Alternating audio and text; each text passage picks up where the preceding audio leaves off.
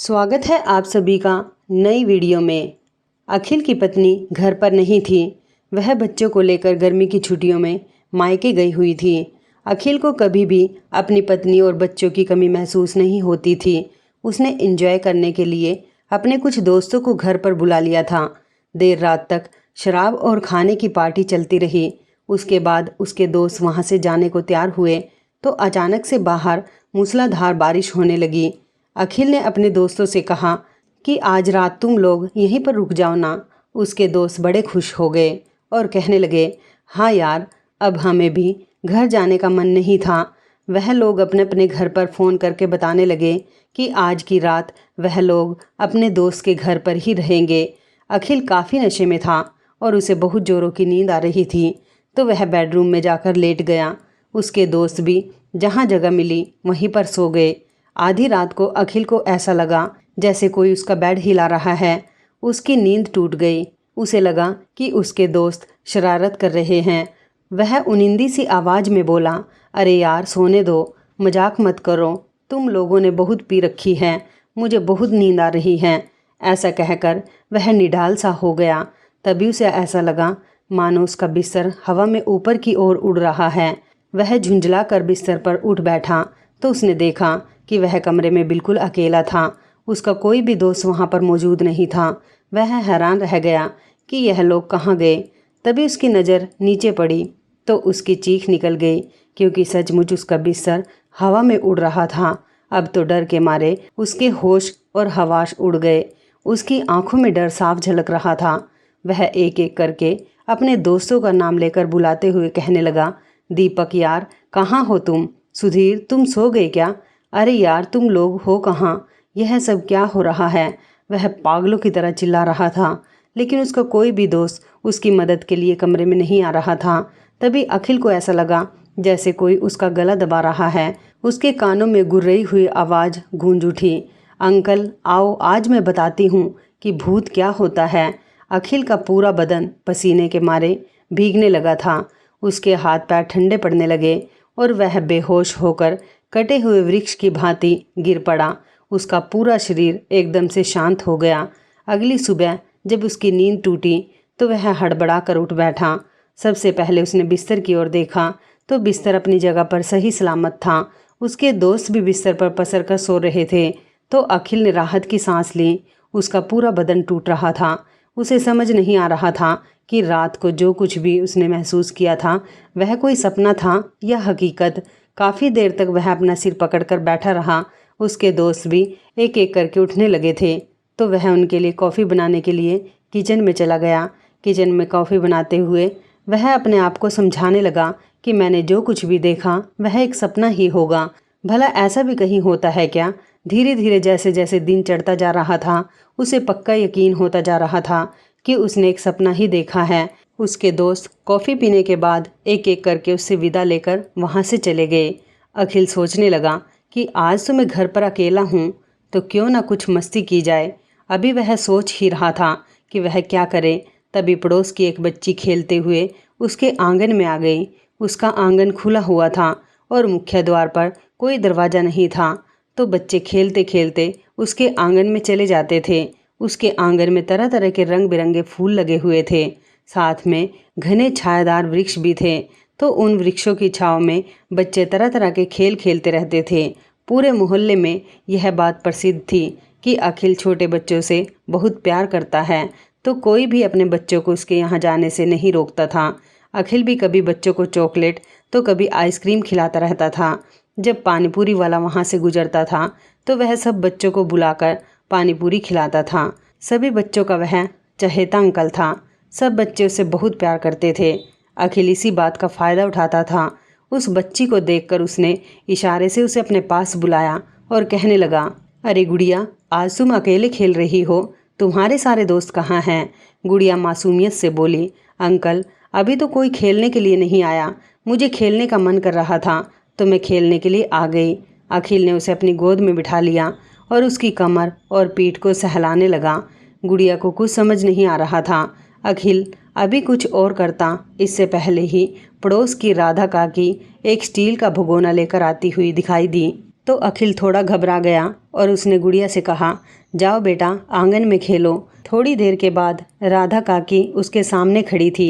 वह कहने लगी, बेटा आज मेरी बहू ने खीर बनाई थी तो मैंने सोचा तुम्हारे लिए भी लेती आऊँ। तुम्हारी पत्नी तो मायके गई है तो तुम्हें खाने पीने की दिक्कत तो हो ही रही होगी। अखिल हंस पड़ा और कहने लगा, नहीं काकी, मुझे आप लोगों के रहते हुए खाने पीने की दिक्कत कैसे हो सकती है। अभी कल ही विमला काकी अपने घर से मेरे लिए छोले लेकर आई थी। इसी तरह कोई न कोई कुछ न कुछ लेकर आ जाता है। राधा काकी कहने लगी, बेटा तुम्हारा स्वभाव इतना अच्छा है तो सब लोग तुम्हारे बारे में सोचते हैं। थोड़ी देर तक राधा काकी ने उससे बातचीत की। उसके बाद वह वहाँ से चली गई। राधा काकी के वहाँ से जाते ही अखिल ने गहरी सांस ली। उसने आंगन में देखा तो गुड़िया वापस चली गई थी तो वह थोड़ा उदास हो गया और घर के भीतर आ गया। उसके पेट में चूहे कूदने लगे थे तो एक कटोरी में खीर निकालकर वह खीर खाने लगा। खीर खाते खाते अचानक से उसका सिर भारी लगने लगा और उसे नींद सी आने लगी तो वह उठकर अपने बेडरूम में आया। वह बिस्तर पर लेट गया, लेकिन तभी ऐसा लगा मानो भूकंप आ गया है। कमरे में पड़ा हुआ टेबल लैंप छन की आवाज़ से फर्श पर गिरकर टूट गया। कमरे में जोर जोर से हवाएं चलने लगी, मानो कोई तूफान आने वाला हो। अखिल घबरा गया और उसे रात वाली घटना याद आने लगी। तभी अचानक से बगल में पड़ा हुआ स्टूल हवा में उड़ता हुआ ऊपर उठा और अखिल के ऊपर ही धम से गिरा। अखिल के सिर में चोट लग गई। आज जो कुछ भी हो रहा था वह सब सपने नहीं देख रहा था, यह बात बिल्कुल पक्की थी। अखिल डर के मारे सूखे हुए पत्ते की भांति कांपने लगा। वह बिस्तर से उतरना चाहता था, लेकिन ऐसा लग रहा था मानो किसी ने मजबूती से उसके पैर पकड़ लिए हों। वह खुद को घसीटते हुए आगे भागने लगा, जिससे कि बिस्तर पर बिछी हुई चादर उसके साथ खींचने लगी, लेकिन किसी ने पूरी ताकत लगाकर उसे पीछे खींच लिया। अचानक से उसे अपने सीने पर भारीपन सा महसूस होने लगा और तभी कमरे में अंधेरा छा गया। अंधेरे में उसे दो चमकीली हरे रंग की आंखें अपने ठीक ऊपर चमकती हुई दिखाई दी तो अखिल की चीख निकल गई, लेकिन उसकी चीख बाहर नहीं निकल पा रही थी। उसकी चीख गले में ही घुटकर रह गई। तभी कमरे में किसी के गुर्राने की आवाज़ आने लगी। अखिल घबरा गया कि यह सब क्या हो रहा है। उसके दिल की धड़कनें इतनी तेज हो गई थी, मानो लग रहा था कि उसका दिल उसकी पसलियों के पीछे से उछलकर बाहर निकल आएगा। तभी धीमी घुर्राहट के साथ एक आवाज़ आई, अंकल, तुम्हें बहुत शौक था ना भूतों की कहानी सुनाने का? याद है तुम कहते थे कि इस कमरे में भूत है। आओ अंकल, आज मैं तुम्हें बताती हूँ कि भूत क्या होता है। अखिल ने घबराकर अपनी आंखें बंद कर ली। अब लग रहा था मानो उसके प्राण ही निकल जाएंगे, लेकिन अचानक से लगा जैसे सब कुछ थम सा गया। तुरंत ही कमरे में उजाला छा गया। कमरे में जो सामान बिखरा हुआ था वह तो यथावत था, लेकिन अब अखिल को अपने ऊपर भारीपन महसूस नहीं हो रहा था और ना ही कमरे में तेज हवा चल रही थी। अखिल भागता हुआ घर से बाहर निकला और सीधे मंदिर में जाकर बैठ गया। वह डर के मारे थर थर काँप रहा था। उसकी आंखों से आंसू बहने लगे और वह भगवान के सामने हाथ जोड़ते हुए बोला, हे भगवान, मुझसे बहुत बड़ा पाप हो गया, मुझे माफ़ कर दो, मुझे बचा लो। वह दिन भर वहीं मंदिर में बैठा रहा और बैठे बैठे अपने कुकर्म के बारे में सोचता रहा। 1 महीने पहले अखिल घर पर अकेला था। उसकी पत्नी की बुआ जी की तबीयत खराब थी तो वह उनसे मिलने के लिए उनके घर गई हुई थी और वह देर रात को ही घर आने वाली थी। बच्चे भी उसके साथ ही गए हुए थे। अखिल अकेले बोर हो रहा था तो उसने अपना मन बहलाने के लिए मोबाइल में गंदी वीडियो देखनी शुरू कर दी। तभी बाहर उसे बच्चों का शोर सुनाई दिया। बच्चे लुका छिपी का खेल खेल रहे थे।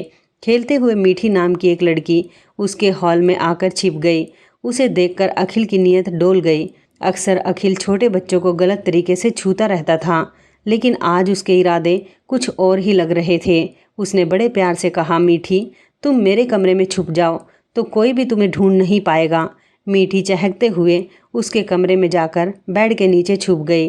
तब अखिल ने बाहर की ओर देखा और उसने घर का दरवाज़ा बंद कर लिया। फिर वह कमरे में आया और उसने मेन स्विच से लाइट ऑफ कर दी। फिर घर में काला अंधेरा छा गया। मीठी को कुछ दिखाई नहीं दे रहा था। वह घबरा कर बाहर निकलने लगी। तब अखिल कमरे के बाहर से ही चिल्लाते हुए बोला, मीठी, तुम कमरे से बाहर मत निकलना, मेरे कमरे में ना भूत आता है। अंधेरे में वह तुम्हें कोई नुकसान ना पहुंचा दे। मीठी घबरा गई। तभी उसे एहसास हुआ जैसे किसी ने उसे छुआ हो। वह चिल्ला उठी तो अखिल की आवाज़ आई, देखो बेटा, मैं कमरे में ही हूँ, लेकिन तुम्हें ढूंढ नहीं पा रहा हूँ। तुम डरना बिल्कुल भी मत, वह भूत तुम्हें कुछ नहीं करेगा। मीठी खामोश रह गई। तभी उसे एहसास हुआ जैसे उस भूत ने उसे गलत तरीके से छूना शुरू कर दिया है। उसने विरोध किया और भागने की कोशिश की तो उस भूत ने उसे दबोच लिया और उसका मुंह बंद करके उसके साथ गलत करने लगा। मीठी दर्द और आंसू के ढेर में कुछ ही पलों में तड़प तड़प कर शांत हो गई, क्योंकि उस भूत ने उसकी चिल्लाहट को रोकने के लिए कसकर उसका मुंह दबा रखा था। थोड़ी देर में जब अखिल अपनी मनमानी कर चुका था तो उसने सोचा कि वह भूत का बहाना बनाकर मीठी को कहानी बनाकर सुना देगा और उसके बाद उसे घर जाने के लिए कह देगा। लेकिन जब उसने लाइट ऑन की तो वह यह देखकर दंग रह गया कि मीठी तो खून के ढेर में शांत हो चुकी है। अब अखिल घबरा गया और वह सोच में पड़ गया कि मैं क्या करूं।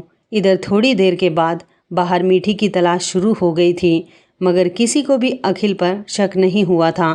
सब लोगों को यही लगा कि कोई बच्चा चुराने वाला मीठी को लेकर चला गया है।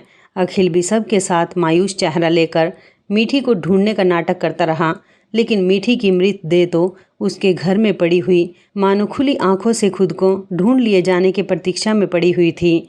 पुलिस ने भी आकर बहुत छानबीन की, लेकिन अभी तक मीठी के घर वालों को कुछ पता नहीं चल पाया था। और आज अखिल के साथ यह सब हुआ था तो उसे यही सब बातें याद आ रही थी और वह सोच रहा था कि कहीं यह मीठी की आत्मा तो नहीं जो उससे बदला लेने के लिए आई है। राधा काकी अखिल को खीर देने के बाद घर पहुंची तो उनकी बहू सिया ने कहा, अम्मा जी, आप अखिल भैया को खीर दे आई ना, अब चलिए आप भी खीर खा लीजिए। आपके पसंद के ड्राई फ्रूट्स भी डाल दिए हैं मैंने। अखिल भैया को तो ड्राई फ्रूट्स पसंद नहीं आते हैं तो उन्हें ऐसे ही खीर भिजवा दी थी। राधा जी हंसते हुए बोली, बहू तुम तो कितनी अच्छी हो, तुम ना केवल हमारे परिवार के सदस्यों की पसंद नापसंद का ध्यान रखती हो, बल्कि तुम्हें तो आस पड़ोस के लोगों की पसंद नापसंद का भी ख्याल रहता है। सिया मुस्कुराते हुए बोली, हाँ माँ जी, अखिल भैया भी तो कितने अच्छे हैं ना, अपने घर में बच्चों को बिना किसी रोक टोक के खेलने देते हैं। वो हमारी स्वीटी से भी कितना प्यार करते हैं, तो हमारा भी तो पड़ोसी होने के नाते कुछ फ़र्ज बनता है ना। उसकी सास बोली, हाँ बहू, अच्छा लाओ मुझे भी खीर दे दो। राधा जी सोफे पर बैठकर खीर खाने लगी। तभी उन्होंने देखा कि अखिल बदहवास सा भागता हुआ घर से बाहर की ओर जा रहा था। वह सोच में पड़ गई कि सब कुछ ठीक तो है ना।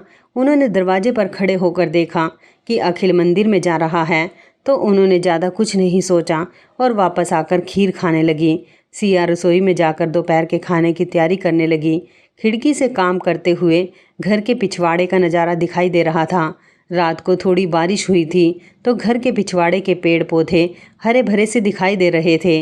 घर के पीछे थोड़ी उबड़ खाबड़ जमीन थी तो उस ओर ज़्यादा कोई जाता नहीं था। सिया की शादी को 5 साल हो चुके थे, लेकिन अभी तक उसके कदम भी वहाँ पर नहीं पड़े थे।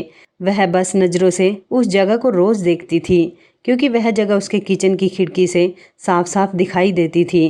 कभी कभार वहाँ पर पक्षियों की अटखेलियाँ दिखाई देती थी। कभी गिलहरी एक दूसरे के पीछे भागते हुए दिखाई देती थी। वहाँ पर एक सीताफल का छोटा सा पतला दुबला पेड़ था जिस पर बहुत छोटे से फल आते थे और फिर वह फल पूरी तरह सूख जाते थे। उस ओर ज़्यादा कोई आता जाता नहीं था। कभी कभार कुछ गरीब लोग सूखी लकड़ियाँ लेने के लिए उस ओर चले जाते थे।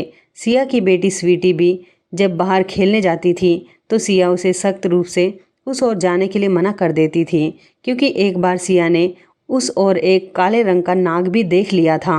अक्सर खिड़की से उसे कुत्ते, सूअर, मुर्गी, बिल्लियाँ इत्यादि उधर से गुजरते हुए दिखाई जाती थी। कभी कभार भूली भटकी गाय भी उस ओर चली जाती थी। आज भी रोज की तरह सिया काम करते हुए कान में ईयरफोन लगाकर गाने भी सुनती जा रही थी और अचानक ही उसकी नज़रें खिड़की से बाहर चली जाती थी। तभी उसने देखा कि एक सूअर एक जगह पर आकर खुदाई करने लगा। यह देखकर वह आश्चर्यचकित रह गई, क्योंकि आज से पहले किसी भी जानवर ने ऐसा नहीं किया था। बारिश के कारण मिट्टी थोड़ी सी गीली हो गई थी तो सूअर को खुदाई करने में बहुत आसानी हो रही थी। तभी उसने देखा कि एक आदमी की गाय उस ओर चली गई थी तो वह गाय लेने के लिए आया था। सूअर को खुदाई करते हुए देखकर वह सूअर को भगाने लगा। सूअर वहां से भाग गया, लेकिन थोड़ी देर के बाद फिर से आकर उस जगह की खुदाई करने लगा।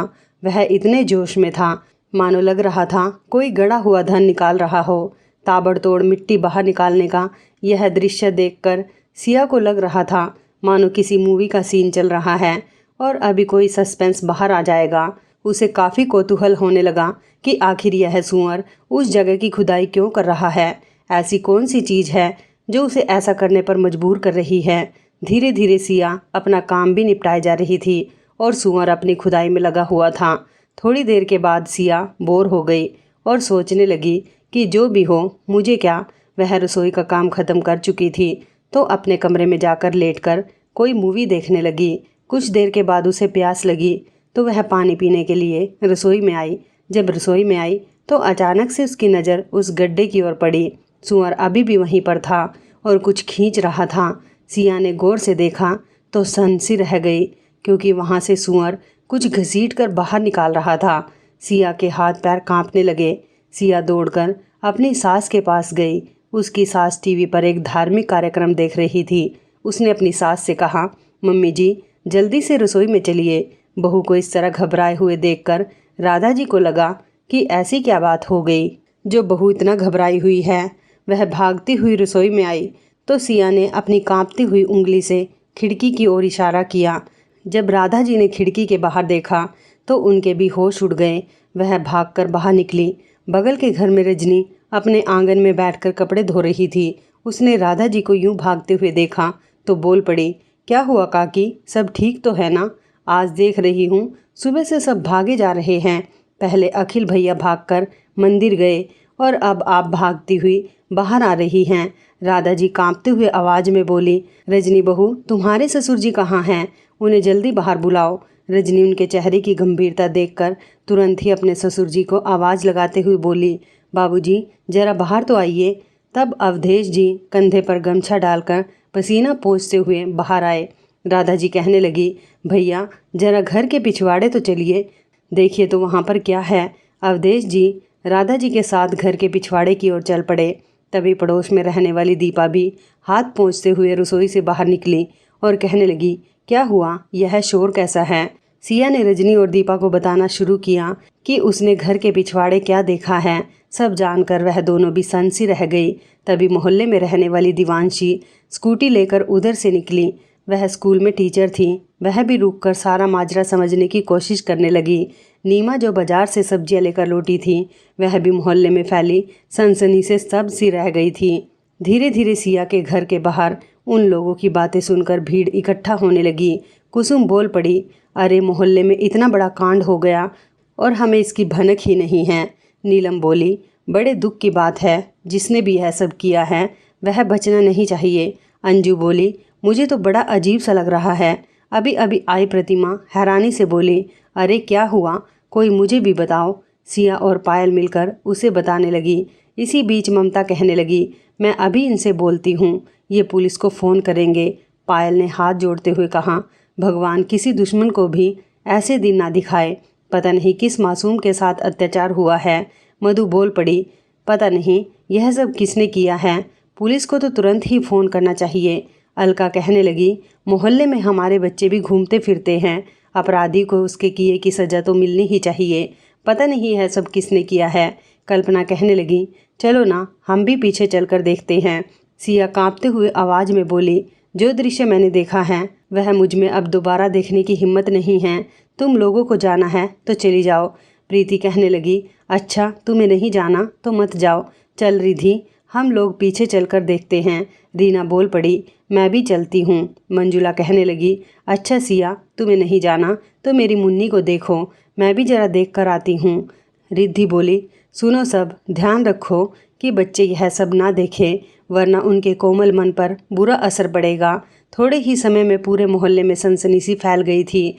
थोड़ी देर में पुलिस की जीप इंस्पेक्टर श्रावणी के साथ मोहल्ले में आ चुकी थी। गड्ढे में से एक लड़की का शव मिला था। उसके साथ सड़े गले कपड़े के टुकड़े को देखकर मीठी के माता पिता चीत्कार उठे, क्योंकि यह मीठी ही थी। मीठी की मां पर बेहोशी छाने लगी तो प्रियंका दौड़कर अपने घर से पानी लेकर आई। तजिंदर बोल पड़ी, इन्हें हमारे घर के आंगन में ले चलिए। मोहल्ले की सब औरतें मिलकर मीठी की मां को संभालने में जुट गई थीं।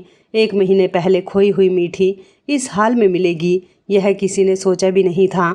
जब तक वह नहीं मिली थी तब तक एक आस तो थी कि शायद वह मिल जाए, लेकिन आज वह आस भी टूट चुकी थी। उसके माता पिता के आंसुओं की कोई सीमा नहीं थी।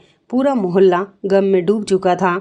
इसके साथ ही सभी लोग काफ़ी घबरा चुके थे कि आखिर यह सब किसने किया होगा। उधर अखिल डर के मारे मंदिर से बाहर ही नहीं निकल रहा था।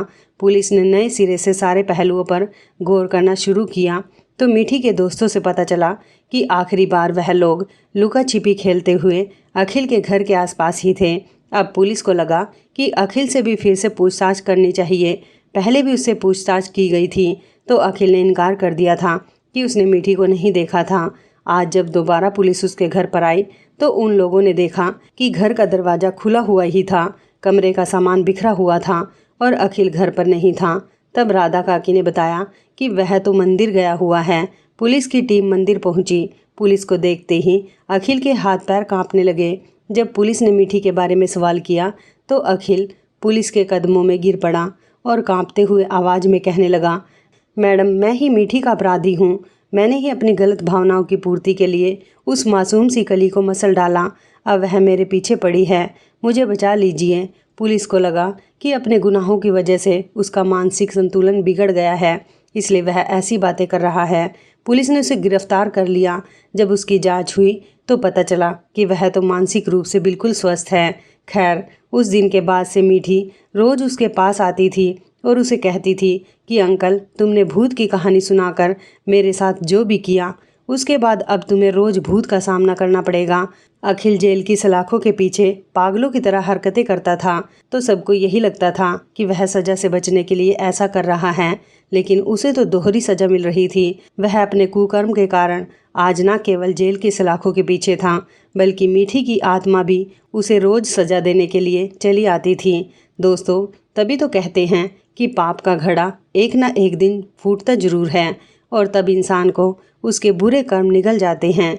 दोस्तों, वैसे तो यह काल्पनिक कहानी है, लेकिन यह कहानी भी सत्य घटनाओं से प्रेरित है। समाज में ऐसी ना जाने कितनी ही मीठी होंगी जो ऐसे घटिया इंसान का शिकार बन जाती होंगी। तो आप लोग इस कहानी को शेयर जरूर करिए ताकि माता पिता सतर्क रहे और किसी पर भी आंख मूंद कर भरोसा ना करें। तो इस कहानी के बारे में आपकी क्या राय है, कमेंट करके ज़रूर बताइएगा। दोस्तों, आपको हमारी ये कहानी कैसी लगी, आप हमें कमेंट बॉक्स में ज़रूर बताएं। यदि आपके पास भी ऐसी कोई प्यारी सी कहानी है या फिर ऐसी कोई कहानी जिससे कुछ शिक्षा मिले तो आप हमारे साथ उसको ज़रूर शेयर करें। दोस्तों, यदि आपको हमारी ये वीडियो अच्छी लगे तो आप हमारी इस वीडियो को लाइक शेयर ज़रूर करें और ऐसी ही दिल को छू लेने वाली प्रेरणादायक कहानियाँ सुनने के लिए हमारे चैनल को भी सब्सक्राइब करें। यदि आप हमें फेसबुक पर देख रहे हैं तो आप हमारे फेसबुक पेज को लाइक और फॉलो ज़रूर करें। तो दोस्तों, फिर मिलते हैं ऐसी ही ज़बरदस्त कहानी या टिप्स के साथ नई वीडियो में। तब तक के लिए धन्यवाद। आप सभी अपना ख्याल रखना। आपका दिन शुभ व मंगलमय हो।